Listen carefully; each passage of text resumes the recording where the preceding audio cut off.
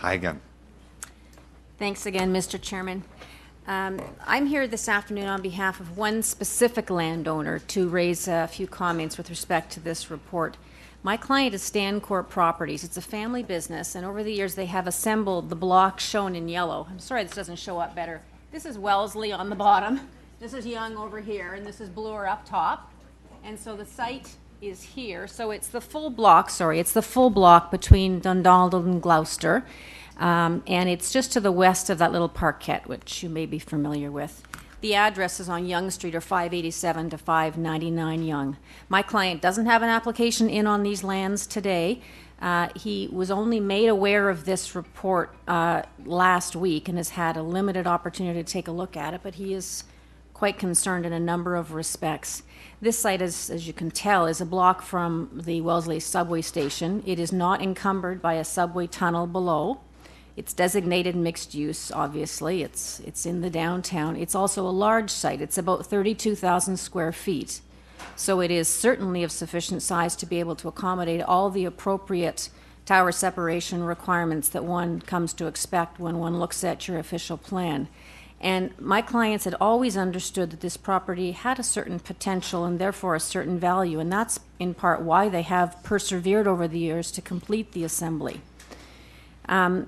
They are very concerned today to see the speed at which this report is being issued and is being recommended to go straight to adoption without any process of consultation. I understand that city staff and the authors of the original report had done some consultation leading up to the release of this report, but the report itself, that's the document that you're being asked to adopt now, has not been considered by the community, and certainly my client hasn't had an opportunity to go through all 109 pages in the last week or so.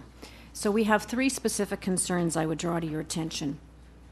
There are no designated or listed buildings on this site, and it's not in a heritage conservation district. But there is a guideline in the report that says if you're in an area that contains heritage resources, then you must provide a 20-meter tower setback from Yonge Street, which effectively sterilizes this site.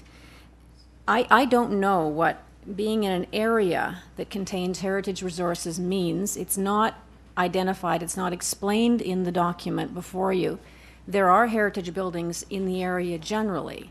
So the fact that I don't know what it means when I read it is obviously a problem.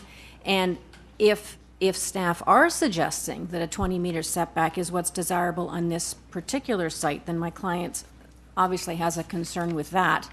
We don't think that is consistent with the general thrust of your official plan policies and don't think it's appropriate.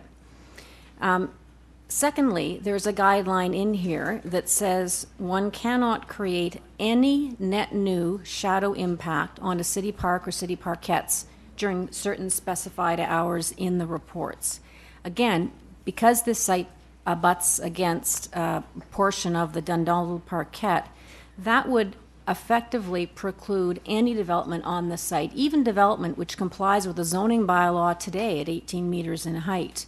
And I don't think that would really have been the intent of the authors of the report, although I don't know. But if it is, in my submission, it's not a reasonable approach. City parks do have some shadow.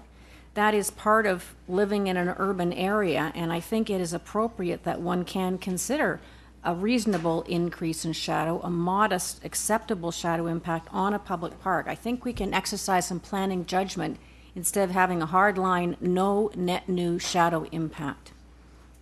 So that's the second concern, because either of those two guidelines, if they were in force, would effectively prevent any development on this otherwise completely appropriate site. And then finally, the policies of your official plan have created a certain level of predictability in the city over the last several years. There is some certainty out there. When a client comes to me and says, what do you think the prospects are for this site, I can give them a pretty educated guess as to what is going to be acceptable at the end of the day. There are several elements in this document which I look at it, and number one, I'm not entirely certain what they mean, and number two, it does seem to be taking us in a different direction in terms of what is going to be permitted going forward.